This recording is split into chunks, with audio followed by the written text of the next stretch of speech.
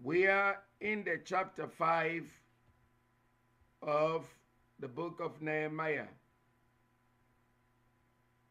Chapter 5 of book of Nehemiah. What's the theme? The theme of Nehemiah is going to be the response to opposition from within. While engaged in this important project of rebuilding the walls of Jerusalem, Nehemiah has been met by opposition in many forms. Mine. The devil is subtle. First, the enemy laughed at the Jews. Then the enemy ridiculed them.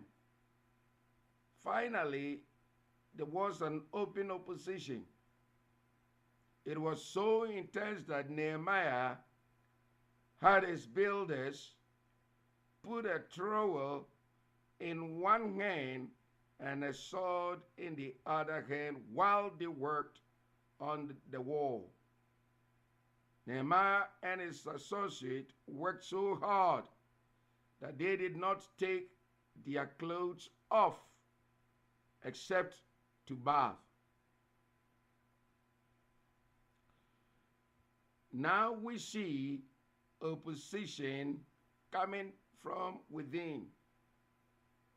This is where the devil strikes the greatest blow.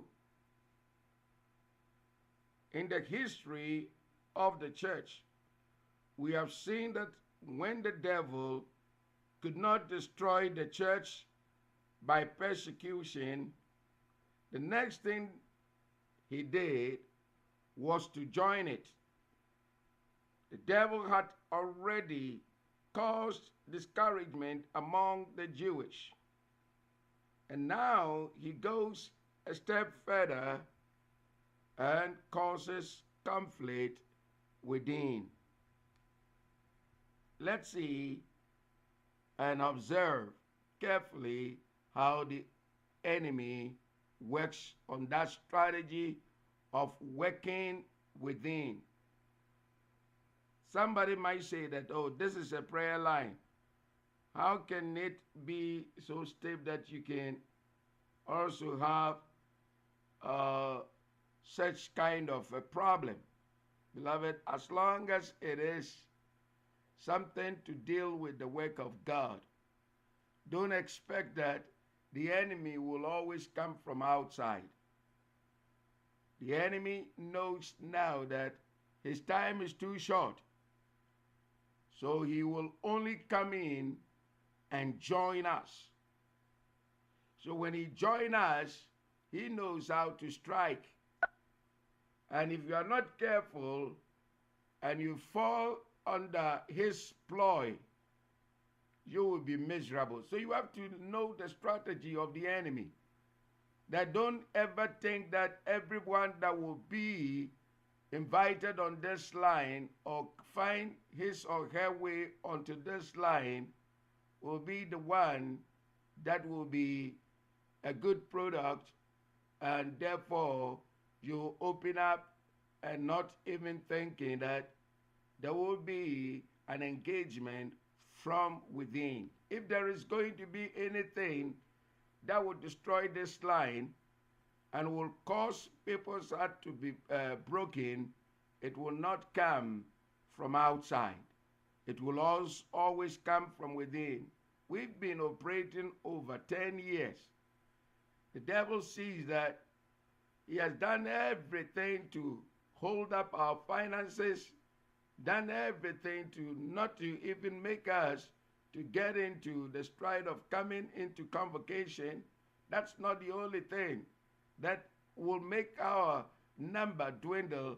So somebody will say that, oh no, today the line is not so vibrant. We are just to just discourage us and give us the weakness. But I tell you, if that is only strategy of the enemy, we will say thank God. But the devil have another strategy that will also come from within. And that's what we are going to study now. Now let's move in to action from verse 1 through verse number 4. If you've joined us, it's Nehemiah chapter 5, verse 1 through verse number 4. And there was a great cry of the people and of their wives against their brethren, the Jews.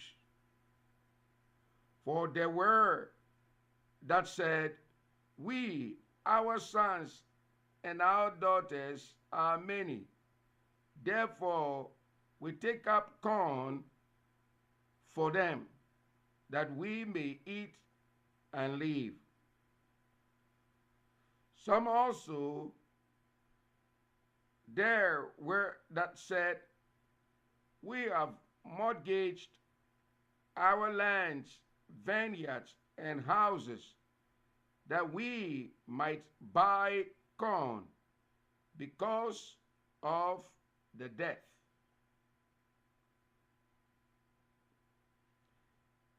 There were also that said, we have borrowed money for the king's tribute, and that upon our lands and vineyards. So what were they implying here? Human nature really does not change. Even though we are living today in an electronic, mechanical, and technological and space age, what we call the smart world, problems are about the same as those during Nehemiah's day. I think that all of our technical devices merely multiply our problems and make them very thorny and difficult to solve, because the Jews were so busy building the walls. They did not have the opportunity to carry on their personal business. They had to buy corn, food for their families, and in doing so, they had to mortgage their property. Some of them had to mortgage their property in order to pay their taxes. Taxes were high in that day. They were borrowing money from their own brethren. Verse number 5. Yet now our flesh is as the flesh of our brethren, our children as the children. And lo, we bring into bondage our sons and our daughters to be servants. And some of our daughters are brought into bondage already. Neither is it in our power to redeem them, for other men have our lands and vineyard. So what are they implying? For a long time, this problem had been growing. But up to this time, Nehemiah did not know about it. These folks wanted to build the walls of Jerusalem. So they very quietly mortgaged their property to their brethren. There were those who were in the lending business, you see. The foes outside had not been able to harm as long as there was love and harmony within. But now there is conflict. This problem had also come into the early church. You remember, Ananias and Sapphira had conspired to deceive their brethren and were judged by God with sudden death. Their conspiracy had to do with money. I do not know why money is such a temptation, but it is. I am well acquainted with a church that has been giving out a false financial statement for some time. The old bromide.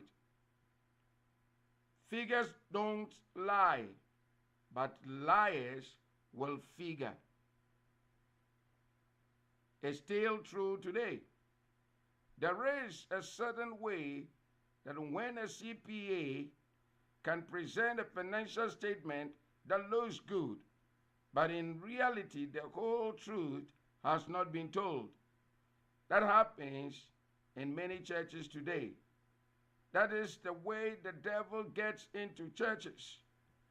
I've always noticed that he comes in this way. This is what Nehemiah had to deal with. The scripture gives us some advice in Philippians chapter 1, verse number 27 and 28.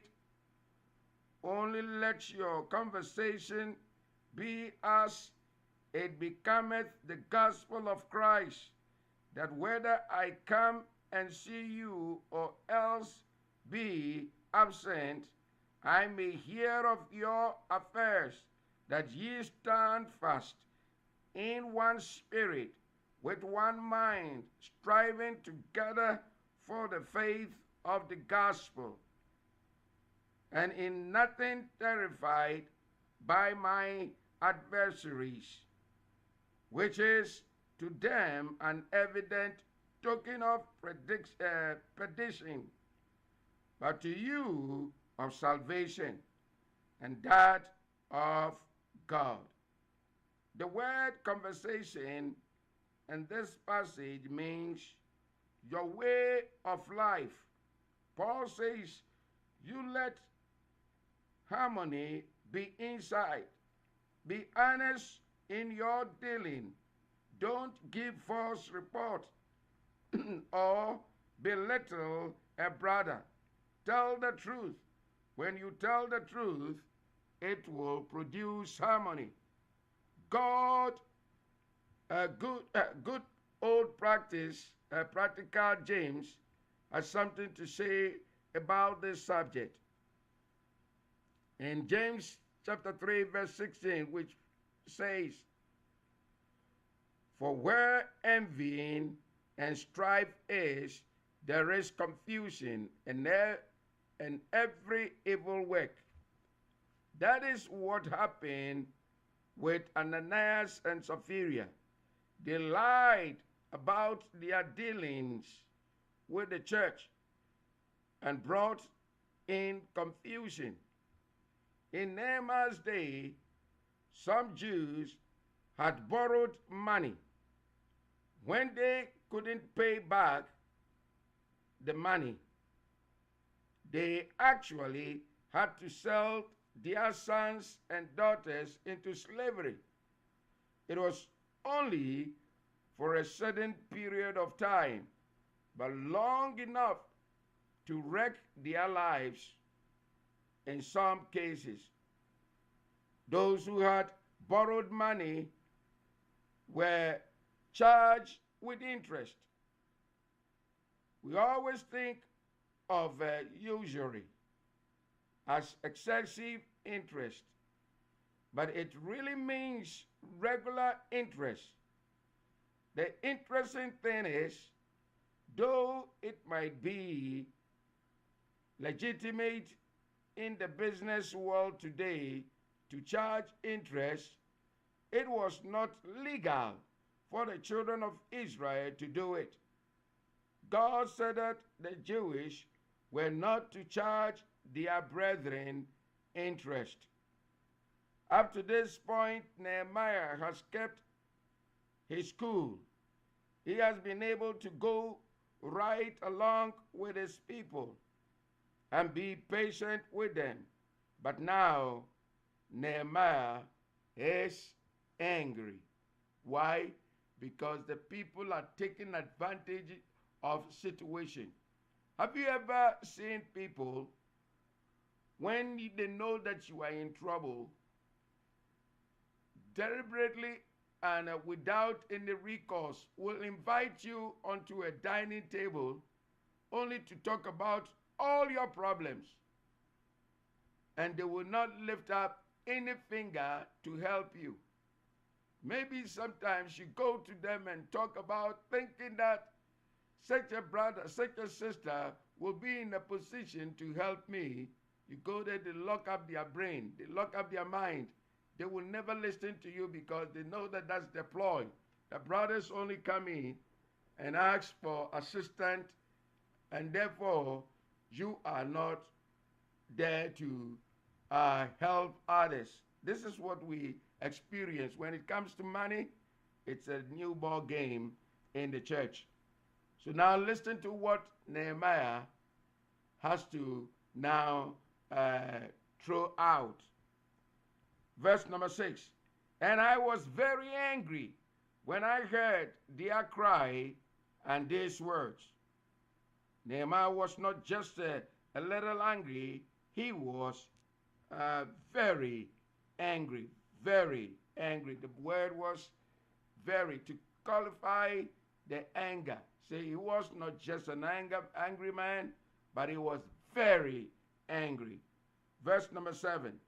Then I consulted with myself, and I rebuked the nobles and the rulers, and said unto them, Ye exact usury, every one of his brother. And I set a great assembly against them. Then I consulted with myself. What does it mean? This is something for him to decide. So he thinks the matter through. Verse number 8.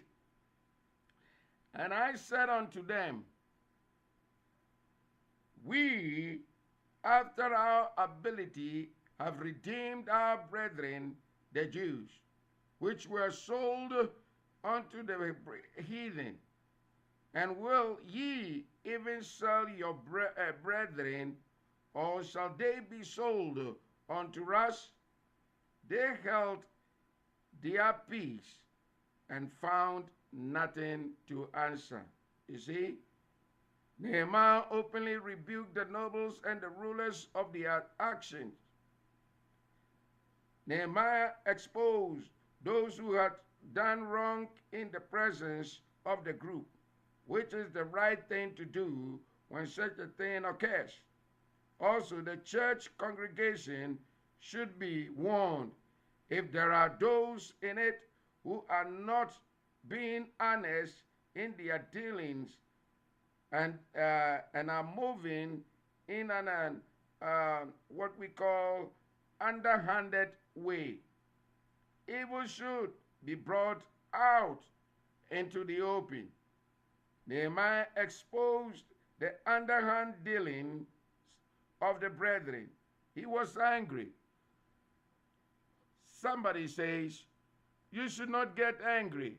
Paul says, be ye angry and sin not. In Ephesians 4:26, that's what Paul said. It depends upon the reason for your anger. If you become angry because of your own personal welfare, it is wrong. If you become angry because of God's program, God's glory, and God's name are being hurt, then you can be angry and sin not. Nehemiah was not quiet about the sin he uncovered. He did not acquiescence. He was not passive. He spoke right out. We ought to be stirred up to a righteous anger. When we see something wrong in the church, we should not, we call it mollycoddle. We should not mollycoddle the wrongdoer and shut our eyes to his sin. Many people say, we just don't want to disturb things. You don't, my friend. You had better do something because the devil has moved in on you and he will divide you. We need courage today. We need conviction. The church no longer has a good name in the world, and the world is passing it by. The spiritual movement that is emerging is largely outside the organized church. Christians have been playing church. The controlling group in the church has been having a good time, but there are not reaching the lost, and the world is passing by uninterested. A preacher in the north said to me, "It makes me angry to think that you cannot reach out and touch the lost today because they know about the hypocrisy, the pious platitudes, and the dishonesty inside the church. But there are those in the world who are longing to know the truth. They want to know if we are being honest in what we have to say. Some of the brethren deal with the wrongs in the church by sweeping them under the rug with the excuse that they want to maintain a Christian attitude by being sweet and nice. That is not acting like a Christian. It is acting like a coward. Nehemiah brought the sin of his brethren right out into the open, and nobody was able to answer him. They had to keep quiet while he was there, but they will cause all the trouble they can. They are also going to cause Nehemiah a lot of trouble when he goes back to the palace in Shushan. Nevertheless, he built the walls of Jerusalem, and he served God in his day and generation. Beloved, what are we talking here?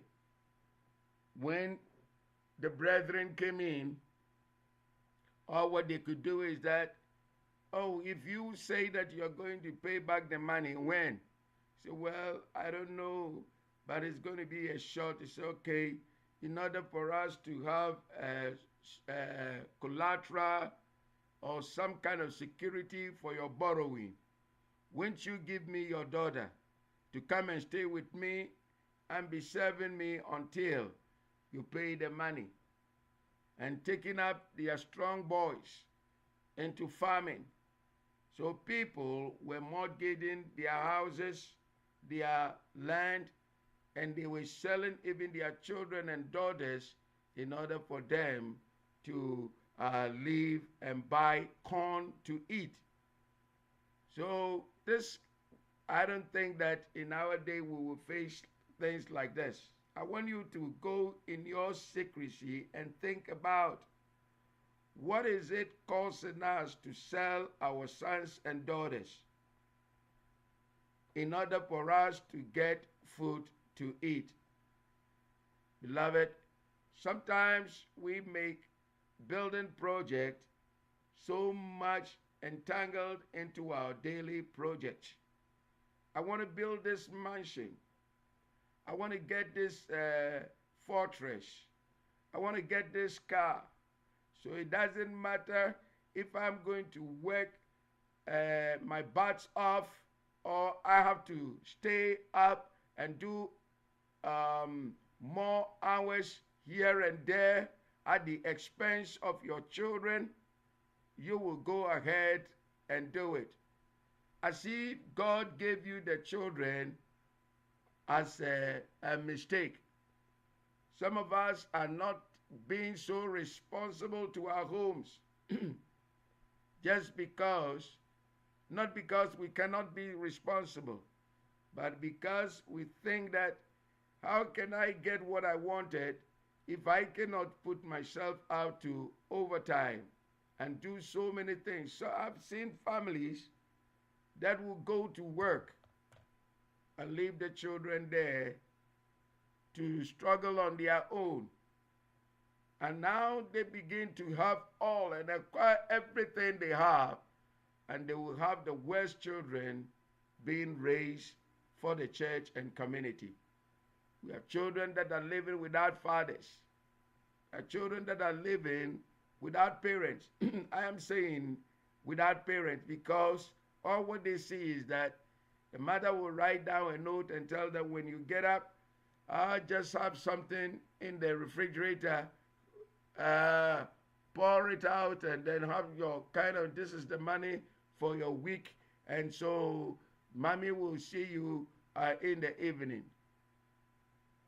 And that's what we have been doing. Living notes. Say, Pastor, what can we do? I don't know. You have to talk to God about your issue. You don't have to mortgage your children. You don't have to mortgage in order for you to survive. We have to be very careful when God gives us a blessing like children, and we neglect them without taking care and giving them the right responsibility to hold on to. Beloved, God is going to ask us in the last days, when we appear before Him, when I gave you 3 kids, how were you able to raise them? God forbid that we will be without any word. Like in Nehemiah's day, the people had nothing to say. God bless us, and God help us to make our losses, even in Jesus' name. Amen.